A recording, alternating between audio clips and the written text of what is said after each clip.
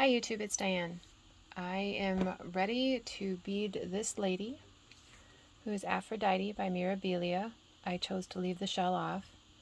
Getting ready to, I have to backstitch up on around her skin area, and then she has some swooping backstitch around here.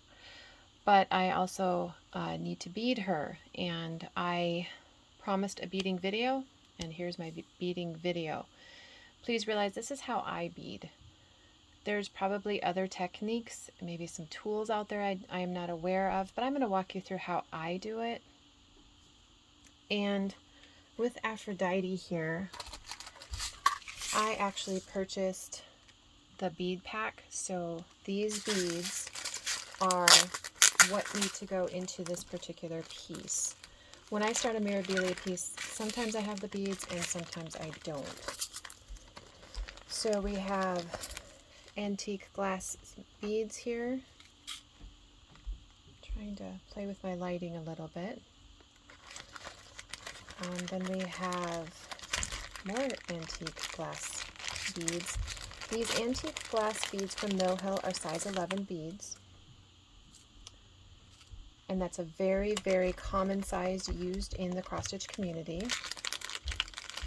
And then we have Magnifica beads. There's two of those. Put those over there. And then we have size 6 glass beads. Okay. So what I thought I would do is get this all set up for me to bead, walk you through what tools I use, and show you some of my previously beaded projects. Now in my sorry, I'm trying to fix my earbud here. There it is.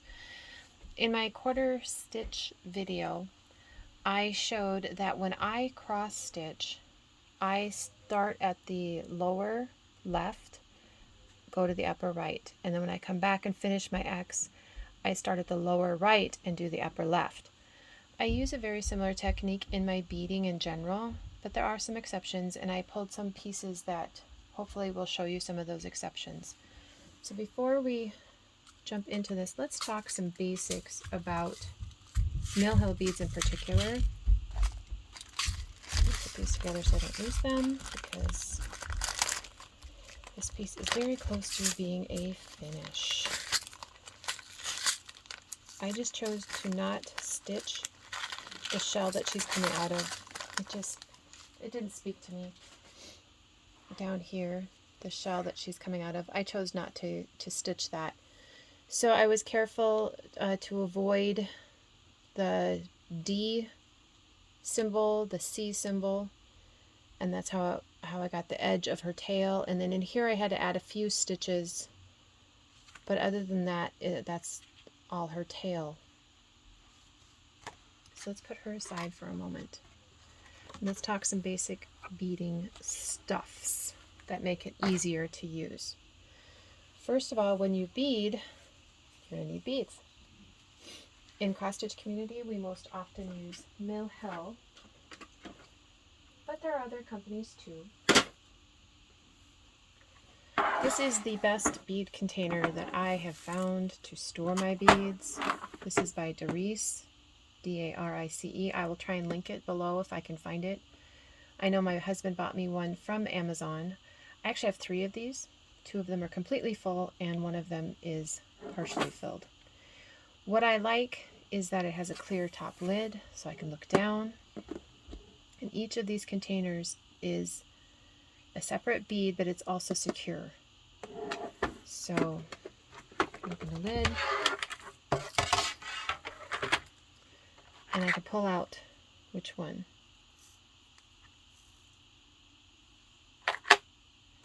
Now, this is definitely a Mill Hill here. Now, these, when you buy these kind of boxes, they have what they call removable labels. These, I don't like these as much, but I do use them because they're all cut. So I'll put it on top. MH in my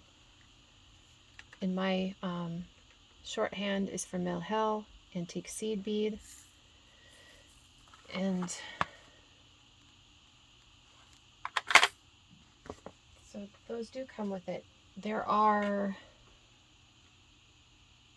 I want to say 81 of these little containers. Let's see, 1, 2, 3, 4, 5, 6, 13 by 6. 13 by 6 is, yeah, I had to do it math on my feet. Diane, you should have had this figured out before you started the video. But that, you get all those individual containers, 78. So 78, plus then you get this outer container, you get the labels, and you get the clear lid. Do note, these labels here are not included. I have a label maker, which actually I have to buy a new one after like 10 years. So I added all these numbers here. I did that because I knew if I didn't have that there, I would have to sit there and go through each container and go, okay, well, what is this one? Pull it out and figure out what it is, and this one. That would drive me nuts. And I have been stitching for over 30 years. I have tried just about every beading configuration storage unit thing that you can imagine. And this by far is the best. Not to mention the fact that when I have my three, with the lids, they stack so neatly on the shelf. But in the Mill Hill bead community, the numbers do have some meaning. Essentially, if your number is less than 3,000 on your bead, and this particular one here says 2010 glow. These are supposed to glow in the dark. I need that for a specific piece eventually when I get there.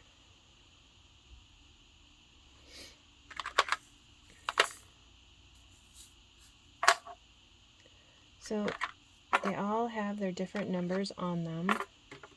And in the Mill Hill universe anyway,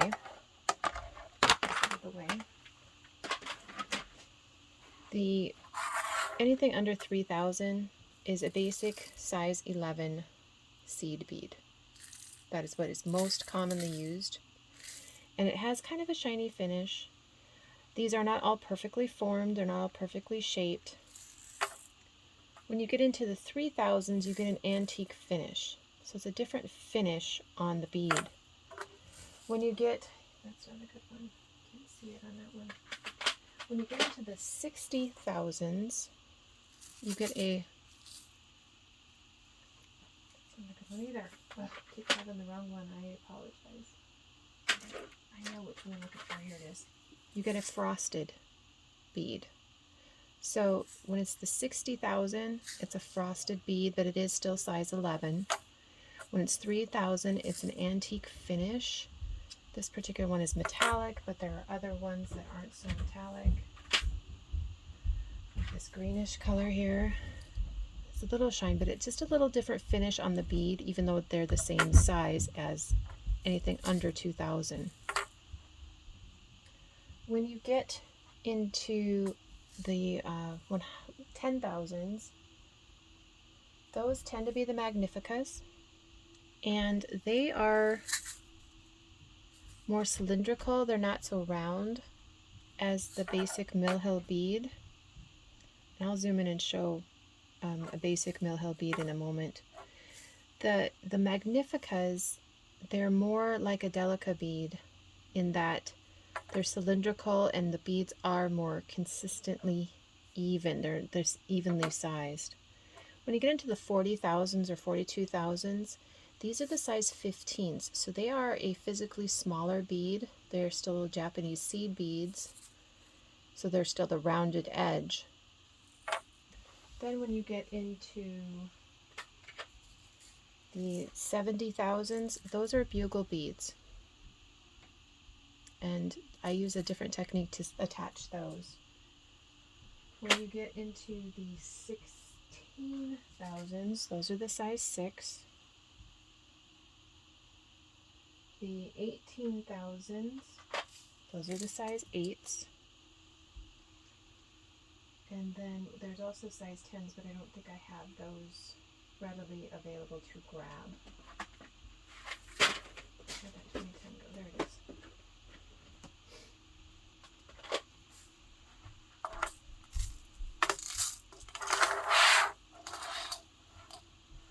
Okay, this is size 11, 2010.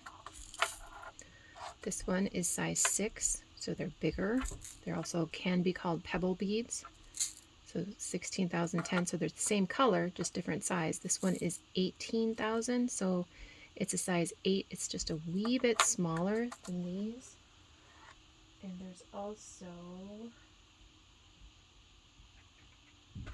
42,010. These are size 15. These are all the same color. They're all called Ice in the Mill Hill line. And these are what I'm going to use to show some of the actual bead size differences, but I wanted to give you familiar. That's what some of the numbers mean in the Mill Hill universe. Now, Mill Hill is not the only company to sell beads. This is a different company, but they're still the size 11 beads. So there's the same size as these guys.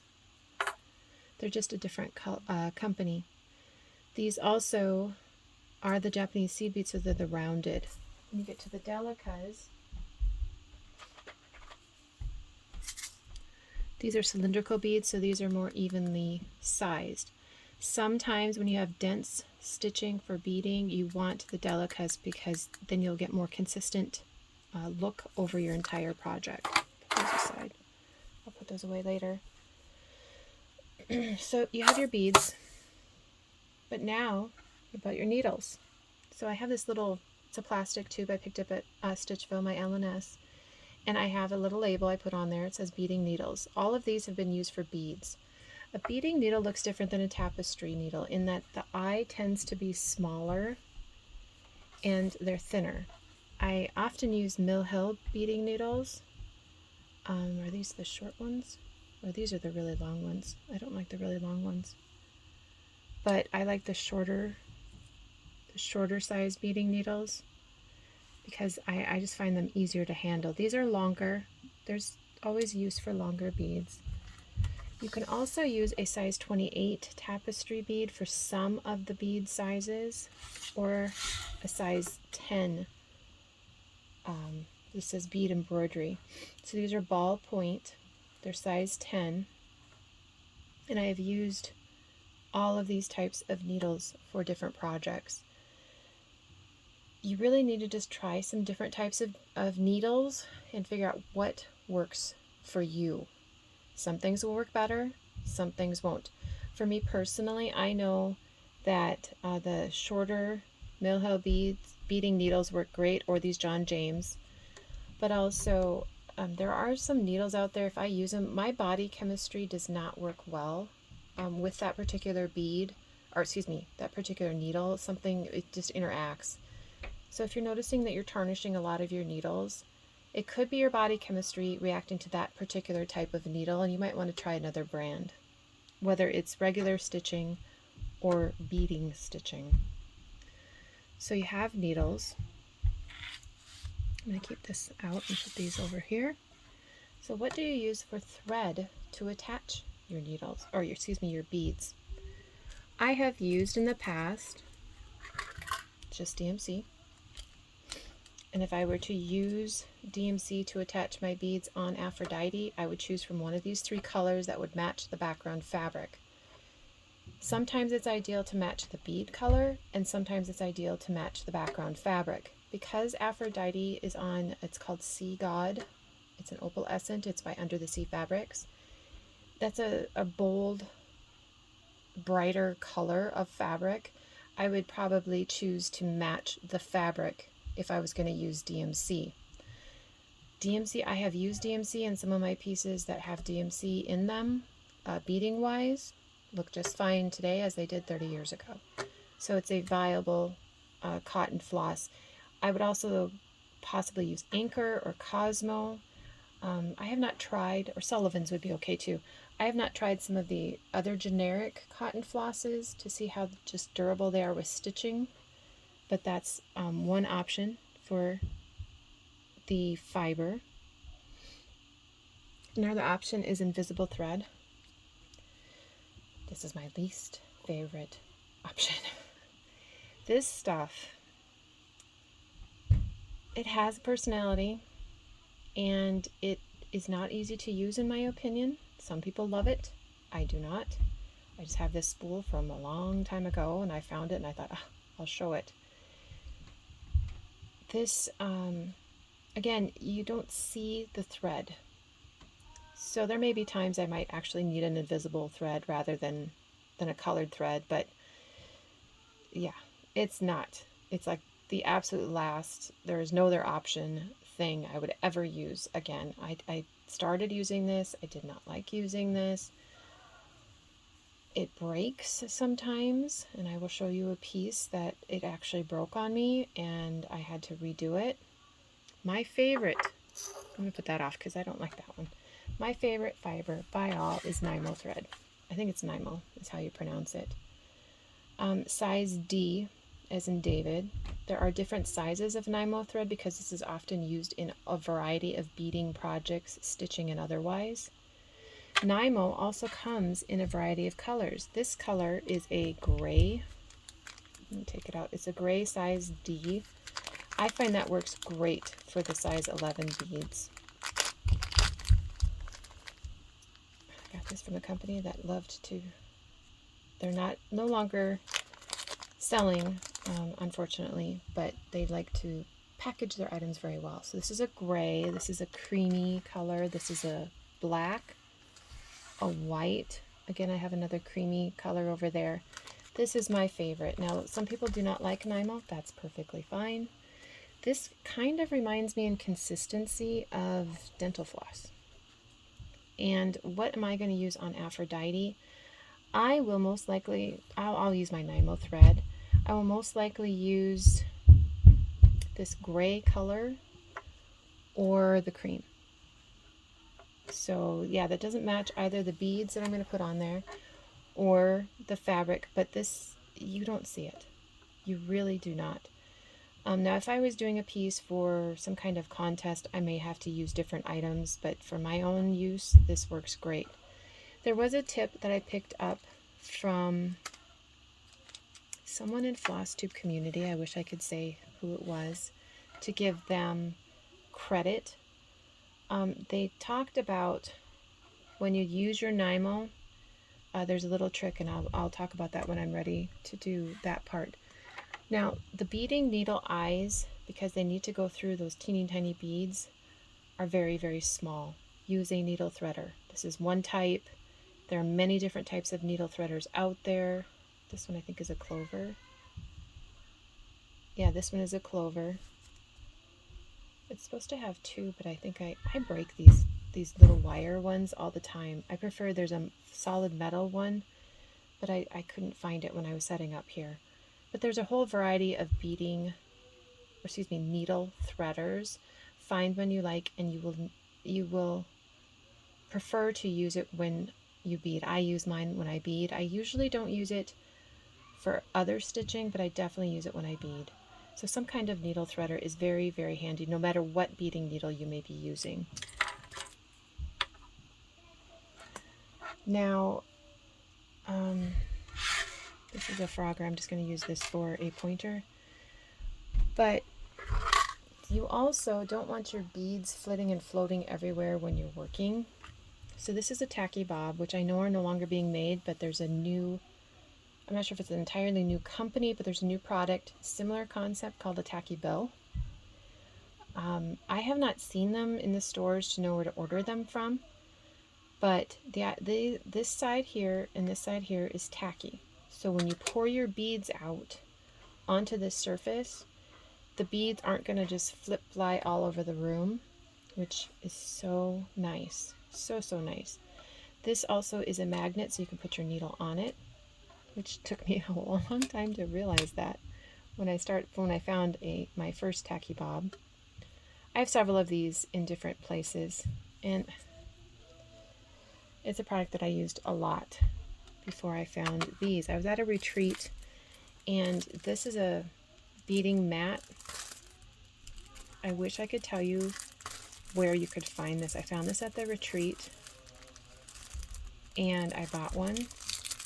I store it back in the original packaging because it is very, very tacky. It's the same idea as a tacky bob, just doesn't have a case. I know some people, those photograph little containers that you can put 4x6 photos in. I should get one of those and put this in there, is what I should do. This entire surface on the top and the bottom is tacky. So the top here has little bumps, little ridges, and I like using that for the beads to kind of separate them a little bit, make it easier to grab them. And then you have this solid area up here that has no bumps. I have a needle in here from my last beading project, and I have a chunk of Nymo thread. So then I just take this off, and yes, that is the back. It is very, very tacky, which is why I put the plastic back on it when I'm not using it. But I will put that down, and it's similar to a tacky bob. I just like using this because it has a little more space for how I like to set up. Now, Mill Hill also has glass treasures, and like right here on this leaf, right at the tip of the leaf and at the other tip, that's a hole. Well, there's a trick to attaching these treasures. There are some treasures, though, that do not have that hole, that you actually put extra thread around the treasure. It's weird. I didn't like it when I found that in a piece, so I chose to use something else for that particular accent. I was working outside, so I need to get my water in. But, so to bead, you want beads, needle threader, some kind of fiber. I'm not going to use DMC on my piece. I'm actually going to use my Nymo. It's also my Nymo. Then you're going to want some kind of sticky surface. Now, if you didn't want the sticky surface, there are also other beading type of mats in the beading section of Joann's or Michael's or any kind of craft store, that it's more of a foam. But again, the idea is that the beads are not flying all over. So if you pour some beads out, they're going to go all the way over there and get mixed up and color-wise. So give me just a second here, and I am going to show how I would set this up to actually bead, and I'll be right back. Okay. Excuse me. So as I would set this up, I would have my beads in a container, and I would line them up. Let me use some different color beads just to get the right effect. So I just set them up here. Let's say I only had 4 in this section of the piece. What I would do is I would take like a sticky note, and I would actually stick this guy to my clear lid for my bead container. So these would all be sitting on here. And then I would put a sticky note indicating what symbol each bead was in my piece. So I wouldn't have to keep looking at my pattern all the time or the number all the time.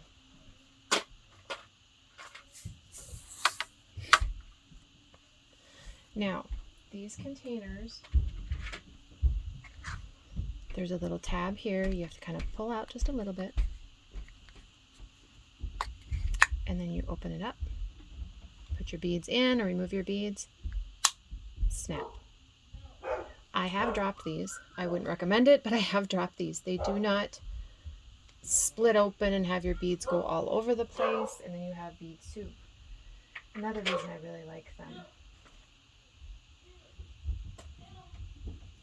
But that is how I would do it. I would say, okay, this symbol here is an O. And this one is a 3, and this one is a solid circle, and this one is a triangle. So then, as I was going along my pattern, because I use the same color thread on most of my pieces, I don't match my thread to my bead. I tend to match it. If it's a light fabric, I use a light color Nymo. If it's a dark fabric, I use a dark color Nymo. In this case, I probably will use cream or gray on Aphrodite because that would blend into the background a little more, and also the dense stitching. But then I would have my pattern and I would say, oh, that's a circle, so I would just pull one bead here, and let's say I had 3 of those in a row, so 3 of these beads, and then I wanted 1 of these beads and 2 of these beads. I would just do the whole row. I would not start and stop at every single bead. Is that going to be the case with every single beaded project you ever do in your life? No, but in general, on a Mirabilia, that is what I can do. How do I bead? What kind of stitch do I use? Again, I start at the lower left and I go to the upper right to start my X for my general stitching. Let me get my Sharpie. It'd be a little darker and easy for you guys to see.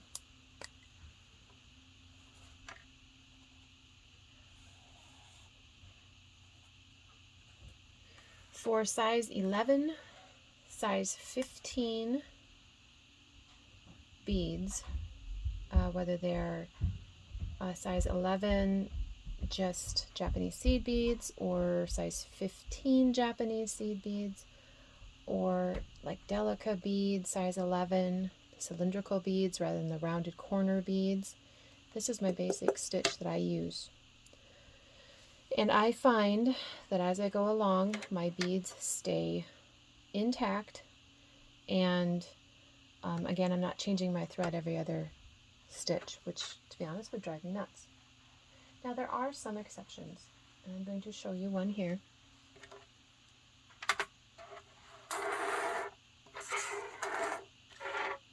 Oh, and you should have a good pair of scissors, always.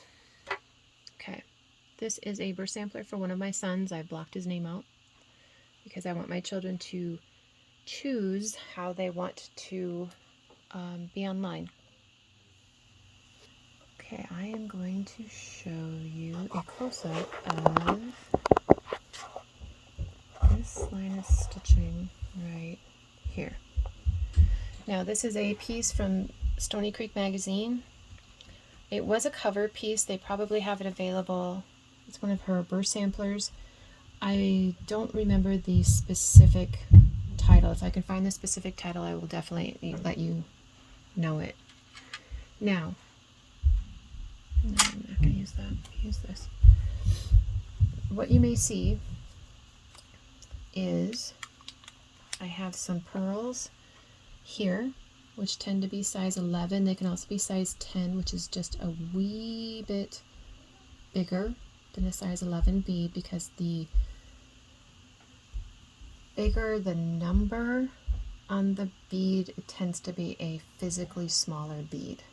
Kind of like wire, like floral wire or wire in a house. The higher the number, the smaller the item. You think of a higher number needle, like a 28 needle, tends to be thinner than a 24 needle. I need to tweak those before I get it framed. So I have the pearls here. I can't remember if they're size 11 or size 10, but I just used that half stitch. Now here, there is a piece of ribbon right under each of these beads. So essentially the ribbon lays on top of the fabric and the beads are holding it down. And obviously I used a white thread here because it's a white background. So, okay, that bead's not even there. I have a wonky bead over here. It's kind of driving me nuts.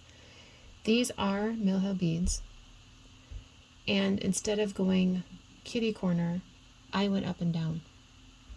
So I came up here and I went down the top. And trying to remember,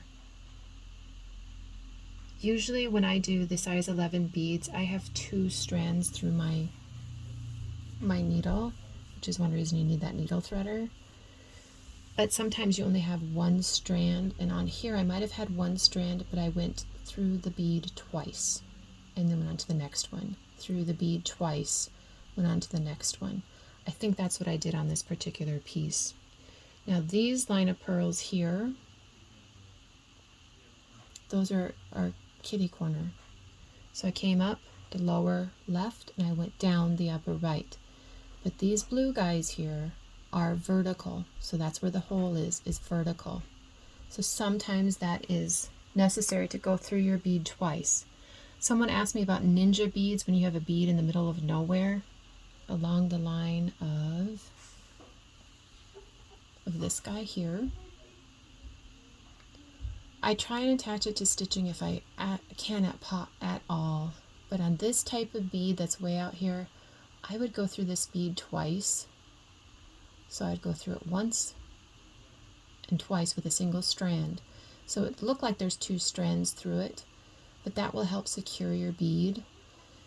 And then I put a teeny tiny knot in the back.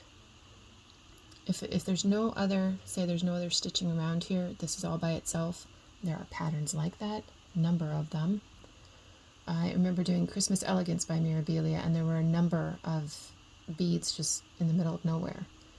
So I went through and through the bead, and I did a little bit of a knot. I know we're not supposed to have knots on the back of our work, but the bead is, when it got framed, the framer had no issue making the bead go straight or look right. It didn't distort the fabric. So beading, just like regular stitching, is one of those things you have to practice your tension. I also wanted this piece because I wanted to show here. This is a Mill Hill crystal heart. And so there's a hole right up here in top. So what I did is I came up through that hole, put a pearl bead on my needle, went back through the hole in the heart, and then secured it on the back.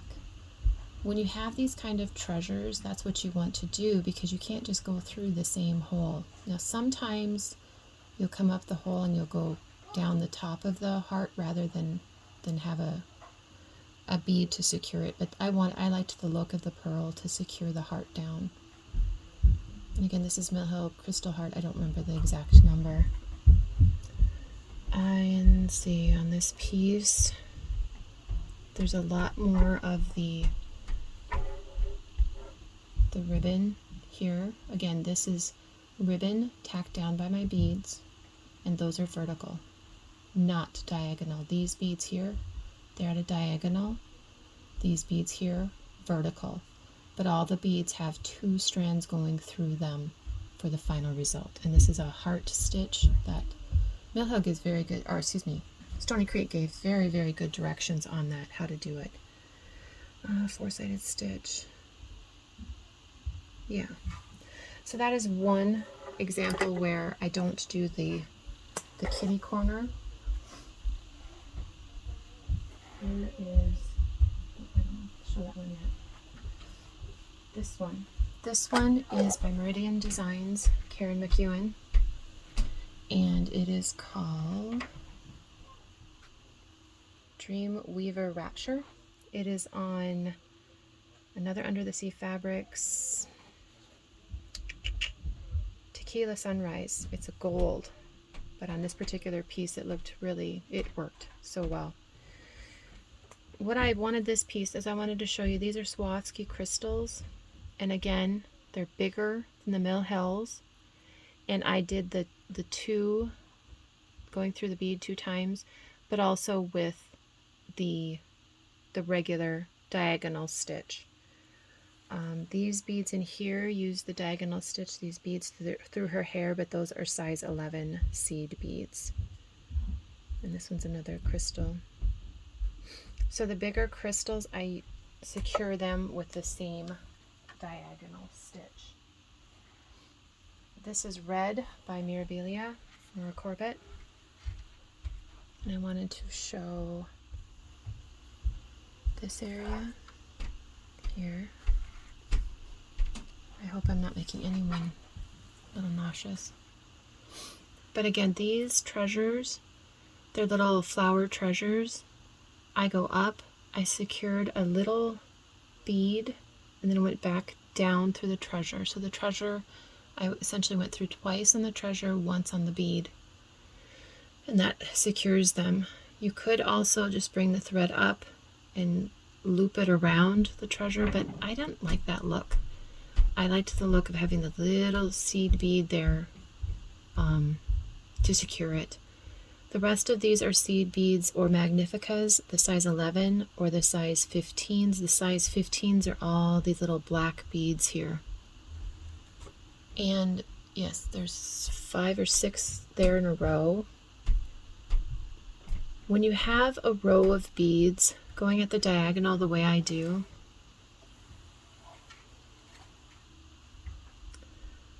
you can get them lined up. I know some people talk about crowding, and it can happen. For example, this bead is a little odd shaped with the round Mill Hill beads. They're not always evenly shaped. The delicas are more evenly shaped, and I have a piece I want to do all in beads. I will be using delicas for that because they're, again, evenly sized. If this really bugged me, the easiest way to straighten that out is to take my needle, this is my reach, and again, these are at the angle, so I just go through with my needle and tweak them just a shade. Of course, I'm not going to be able to do this on camera right at this second, but I will take my needle. Let me see if there's another place on this one. Or on this one is Zelda by Mirabilia. This is my own color conversion. If you want this color conversion, please look at video number 114 on my channel. Okay, so let's look at these beads right here. Let's say they were Kitty Wampus and I was getting ready to frame it. What I do is I take my needle and I would go through each of the beads. Okay, come on. I can't do it now that I'm on camera. Go through each bead with my needle. So I went through the first bead. Let me make sure you can see that. Yeah. And then I would go through the second bead, keeping the first bead on my needle. So essentially the idea is I go back through, not to secure it, but just to straighten them out, and use your needle to kind of tweak this one this way and this one that way. It does work. It takes a little patience and a little convincing, but when you have an area like these guys, when I get this framed, or do my framing myself, I'm not sure how I'm going to do her. I know some people, when you have a whole row of beads, they'll leave one of the beads out and it just gives them a little more room. Try it. If you like the effect, go with it. But what I'll do is I'll take my needle and I will go through each bead and kind of tweak, just fiddle with it all along. And at times I will have 5, 6, 7 beads on this needle, get them all in the line, and then I'll gently remove my needle and just align them back up. That's what I do. So sometimes you have to kind of fiddle with them and tweak them, but I like the overall effect. So let me zoom out here. This is again Zelda, and it's my color conversion. This fabric is 32 count Thornhaven by Fabrics by Stephanie. It's my own color conversion, and in that video that's all I talk about if you want to have the color conversion on her, because the beads definitely add that extra oomph, that extra dimension. Another time to use beads is like on this. This is Autumn Queen Mirabilia. I know she is out of print, and no, I do not have my pattern anymore because I gave it to a friend, passed it on to a friend who was stitching it for her granddaughter, I believe. Now, this particular piece has the size 11. It has these bigger Swarovski crystals. Again, I do those all diagonal. I have a dog hair. Oh, in the world. How does dog hair get everywhere? I stitched this long before we ever had dogs. But I brought her out because these beads, I had to make this strand of beads and this strand. They are free floating. This is where the invisible thread broke. As in, I lifted this piece up to go, oh, I should put it in a frame. And I actually have a frame for it that I need to spray paint this summer because I need to spray paint it black. Just need to get my duff in gear, but I have a few other things on the schedule first. And then they broke. The strand just broke. So the invisible thread disintegrated, and I had to figure out how to get the beads all back and what series.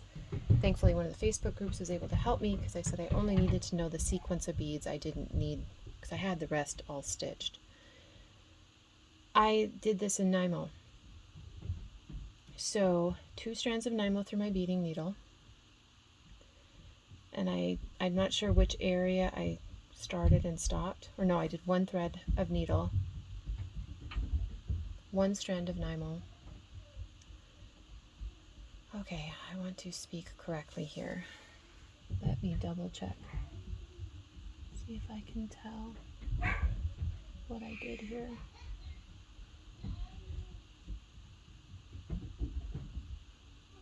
I actually put a little bit of a knot on the back, went through, secured it, so this one bead doesn't move very much.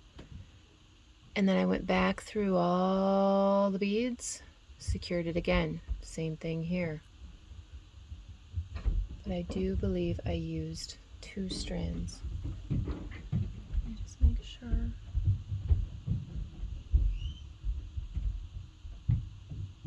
So I did Nymo 2 strands down, secure, 2 strands back up. Nymo 2 strands down, looped it where it needed to go, secure, looped it back up and double secured it because I didn't want to have to put this back together again. So that's another way of using your beads, another time you'll need to use your beads. So let's focus a little bit more on the beads. Where did I put the tacky bob? There it is. Okay, so tacky bob. We're going to focus on this side so you can see the beads. This one is 02010, so that's the size 11 bead. This one is 42010, so let's put that here. Size 15 beads. This is 16010, size 6 beads. I used all of these in my color conversion of Queen Anne's lace. 18010. See, that happened. I will pick up those beads. Ay, ay, ay. Okay.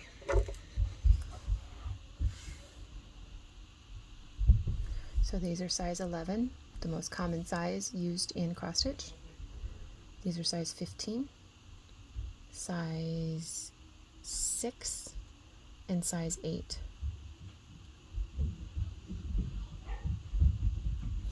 So let me see if I can pull one of each out so you can see it a little, see the size difference. These are all the same color, they have all the same finish, they're all by Mill Hill. And Mill Hill is not a bad company, I just personally think they charge too much for some of their items. Did that? Okay, that wasn't supposed to happen. Okay, that's as close as it's gonna get. Oh, there it goes.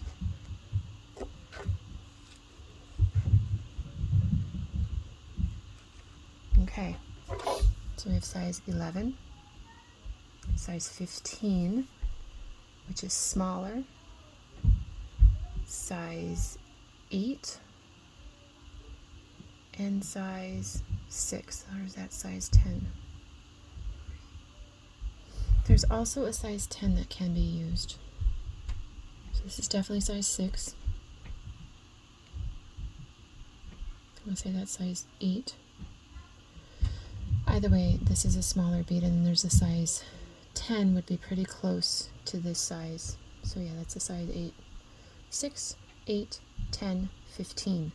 Largest, smallest, most common size.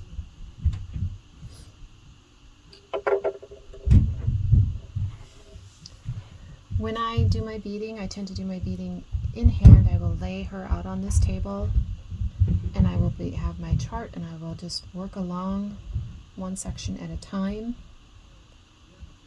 There was something else I did want to show, and I'm thinking of what it is at the moment.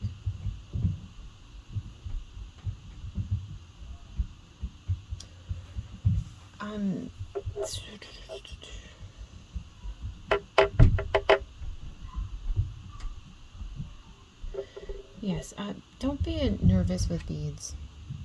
They do add a lot to your work. They add a lot of dimension and a lot of bling, for lack of a better term.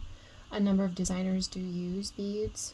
Mirabilia, Bella Filipina, Meridian Designs, Glendon Place, Just Nan. I think Jane Elliott uses some. They can add dimension, they can add texture to your oval stitch piece, and they could just, there's just another, when I have Aphrodite done, she will just look like a totally different piece. Yeah, see, I spilled the beads over there, but I will pick them up here in a minute. But these containers are just fabulous. They also have a set that has different, like these aren't all the same size. They're a little bigger and smaller, and you can feel free, oh, I know what it was. You can feel free to look at the different things that are out there. I did want to talk about the big beads. That's what I wanted to talk about. Okay, so I showed you my basic beading stitch here, and this is the stitch that I use for size 11 and size 15 beads. I just do the half cross or half stitch. For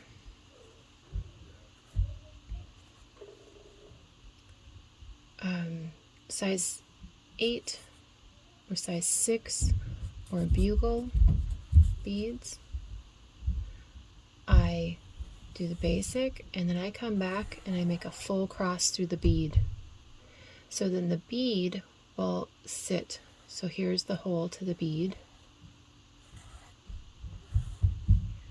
So the bead will sit vertical, like I showed on one of the burst samplers, on my son's burst sampler. For the size 11 and the size 15, the hole for the bead is sideways, diagonal. Also with, loner beads or ninja beads, I would do the full X rather than the half. The trick that I learned with Nymo floss, and again, I wish I could remember who in the floss tube communities shared this. I want to say it was Garrett, Coffee Stitcher, but honestly I don't remember. When you get your Nymo, it looks kind of like dental floss. It looks kind of like dental floss. And you cut a length.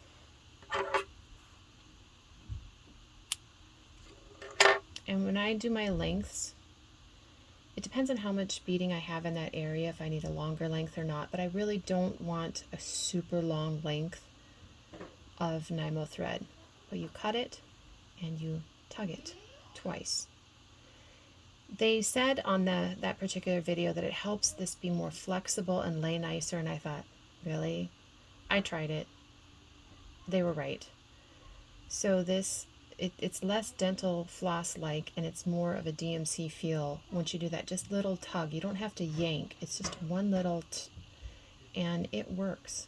And then this is a lot more flexible, and you can use it on your beads so much easier, and I think it also threads through the needle easier. So I just, both ends of my Nymo, this is probably about 9 inches, and just little tug, fold it in half, and then I will thread my needle.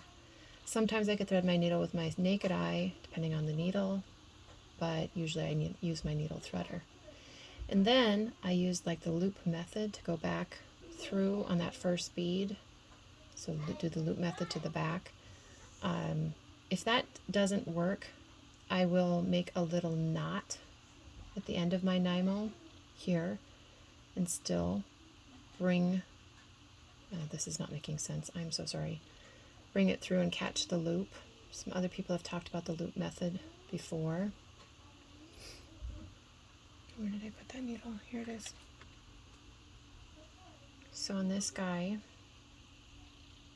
so you can see I have 2 strands through my needle. What I would probably do to use this, and this is after the Nymo has been tugged, I would make a little knot here and then bring my needle through my fabric and then bring it through the loop that little knot would make and gently pull it down. Again, you don't want to yank with your beads. You want to have an even tension, so just evenly pull. And then when the bead is laying on top of your fabric, you'll know the point. Where the bead, it might wiggle just a itty bitty bit, but it's not going to be flopping all over your fabric. That's what you want. Is you want it secure but not so tight it's going to distort your fabric. I hope that made sense.